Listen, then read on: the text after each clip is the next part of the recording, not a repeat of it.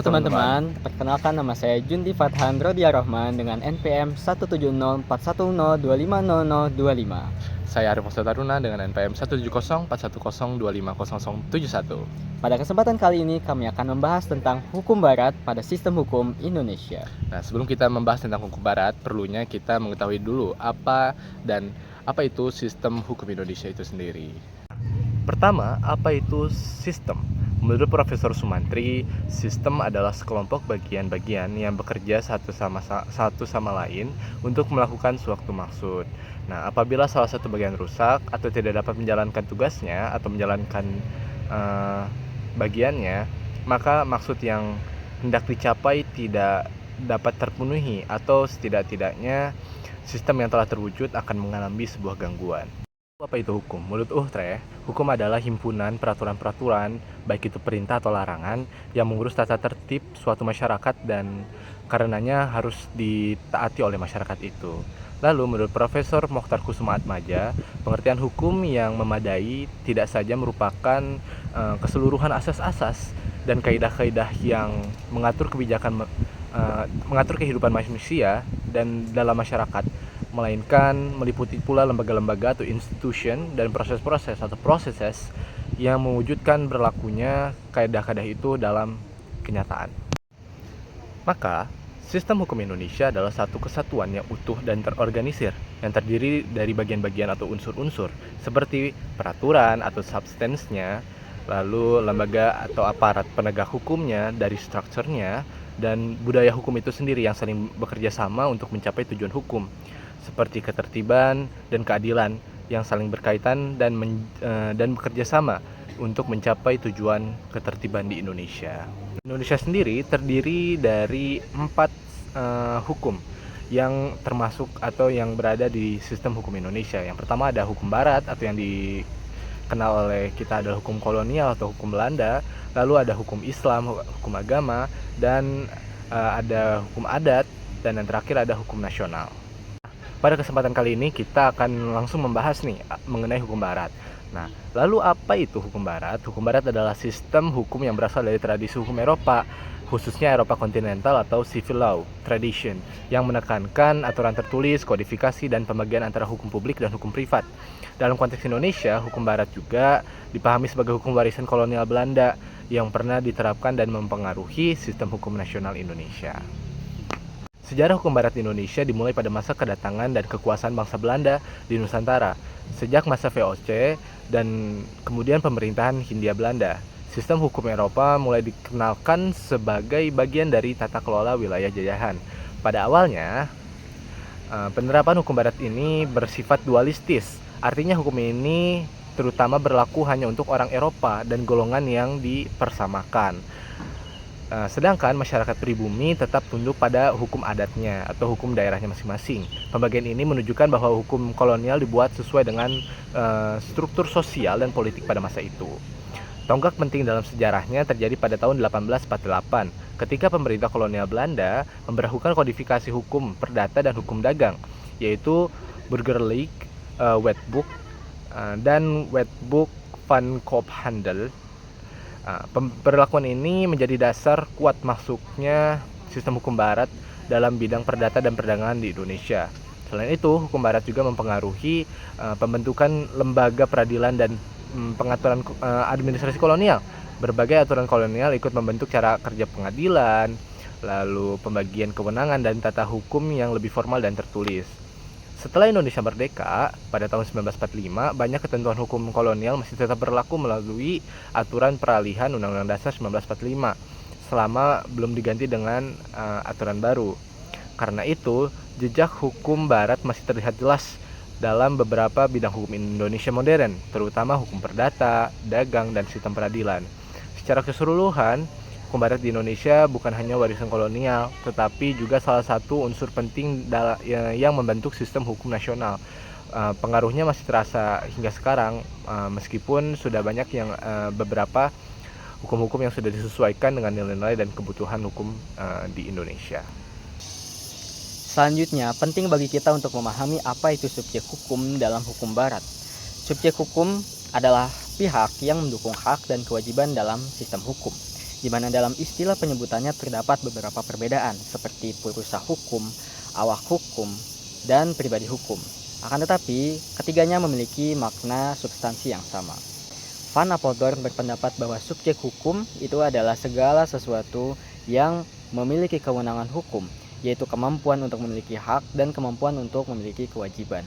Sejalan dengan itu, Algra juga berpendapat bahwa subjek hukum adalah segala pihak yang memiliki hak dan kewajiban yang melahirkan wewenang hukum. Maka dari itu, Utrecht kemudian membagi subjek hukum menjadi dua. Yang pertama adalah manusia atau subjek hukum secara alami di mana dalam istilah Belanda disebutnya sebagai naturlich persoon, yang mana manusia adalah subjek hukum yang diakui sejak dalam kandungan sebagaimana diatur dalam pasal 2 KUHP. Yang kedua adalah badan hukum atau rechtspersoon. Wiryono Projodikoro berpendapat bahwa badan hukum itu adalah organisasi yang diperlakukan sebagaimana manusia di dalam hukum. Ia memiliki kewajiban, memiliki hak, dan dapat melakukan suatu hubungan hukum. Selanjutnya ada yang namanya budaya hukum, yang mana dalam sistem hukum barat berlaku yang namanya civil law system, yaitu sebuah sistem hukum yang bertumpu pada aturan tertulis dan kodifikasi, yang mana dalam karakteristik hukum ini itu menimbulkan berbagai konsekuensi. Yang pertama, karena sifatnya yang tertulis, membuat hukum ini memang menjadi lebih pasti, akan tetapi kadang bisa menjadi kurang fleksibel. Mengapa? Karena kadangkala perubahan dalam masyarakat itu berlaku lebih cepat dibandingkan perubahan undang-undang, sehingga bisa saja terjadi disparitas atau kesenjangan antara hukum dengan keadaan sosial yang ada. Kemudian yang kedua, dalam pembuatan undang-undang itu tidak bisa sepenuhnya terlepas dari dinamika kepentingan politik, sosial, ekonomi. Sehingga dalam perspektif Roberto Mangabeira dalam Critical Legal Studies pun menunjukkan bahwa hukum masih bisa dipengaruhi oleh konfigurasi kekuasaan. Bahkan Gramsci itu mengatakan bahwa hukum merupakan bagian dari struktur sosial yang merefleksikan bagaimana keadaan relasi kekuasaan dalam masyarakat. Kemudian yang ketiga, sifat hukum yang menganut tradisi positivisme menyebabkan harusnya adanya penekanan pada kepastian hukum melalui aturan yang jelas dan sistematis. Sebagaimana dalam perkembangan pemikiran dari Auguste de Comte, yang mana dalam praktiknya hal ini seringkali menimbulkan diskursus terkait dengan keseimbangan antara kepastian hukum dan keadilan atau kemanfaatan hukum. Kemudian yang keempat adalah peran hakim sebagai penerap dari berbagai undang-undang yang ada, yang mana menurut Montesquieu pun menyebutkan bahwa peran hakim di sini tentunya adalah sebagai corong undang-undang. Akan tetapi dalam perkembangan modern, hakim diperlukan untuk tidak hanya menjadi corong tetapi juga mampu menafsirkan hukum yang ada agar lebih sesuai terhadap konteks perkara yang ada. Selanjutnya ada substansi dari hukum barat ini sendiri. Nah, hukum barat ini memisahkan dengan tegas antara hukum publik dan hukum privat. Nah, hukum publik ini mengatur tentang kekuasaan negara dan hubungan antara negara dan dengan warga negaranya. Lalu ada juga hukum private atau persoonlijkrecht yang mengatur hubungan antar individu untuk memenuhi kebutuhan hidup sehari-hari, termasuk hak atas kebendaan dan hak atas perorangan. Nah, selanjutnya kita akan melihat atau jenis dan macam atau contoh dari hukum-hukum yang ada di hukum barat ini. Kalau dari hukum private itu ada hukum perdata yang mengatur hubungan antara individu seperti perjanjian, harta benda, perkawinan, dan warisan. Kalau di Indonesia sendiri, hukum perdata ini ada yang disebut dengan Kitab Undang-Undang Hukum Perdata. Nah, di dalamnya itu ada juga yang namanya Kitab Undang-Undang Hukum Dagang. Selanjutnya ada hukum publik. Hukum publik ini kalau di Indonesia mungkin bisa kita sebut juga sebagai hukum pidana atau hukum yang mengatur tentang pelanggaran dan kejahatan terhadap kepentingan umum, yang di dalamnya terdapat sanksi dan denda-dendanya yang ada. Nah, kalau di Indonesia ini kita biasanya menyebut dengan Kitab Undang-Undang Hukum Pidana. Terakhir, mari kita simulasikan bagaimana berlakunya sistem hukum Barat dalam sistem hukum Indonesia melalui berbagai studi kasus yang ada.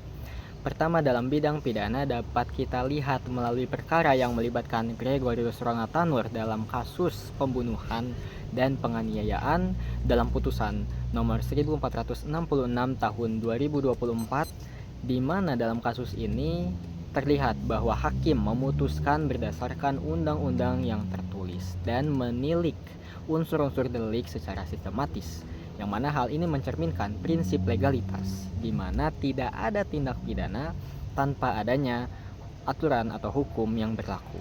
Kemudian yang kedua, pada bidang perdata dapat kita lihat dalam sengketa PT Parit Padang Global versus PT Maisindo Indonesia dalam putusan nomor 555 tahun 2025, di mana dalam kasus ini kita dapat melihat adanya hubungan hukum perdata itu didasarkan kepada kontrak.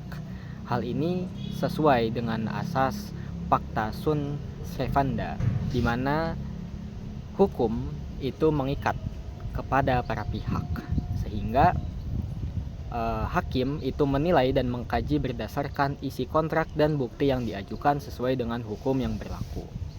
Kemudian yang ketiga adalah pada bidang hukum dagang. Kita dapat melihatnya pada PT Sritex dalam putusan nomor 556 tahun 2024. Kasus ini menegaskan bahwa persoalan tentang utang piutang diselesaikan melalui mekanisme kepailitan yang terstruktur. Hal ini dimaksudkan untuk memberikan kepastian hukum dan melindungi kepentingan kreditur.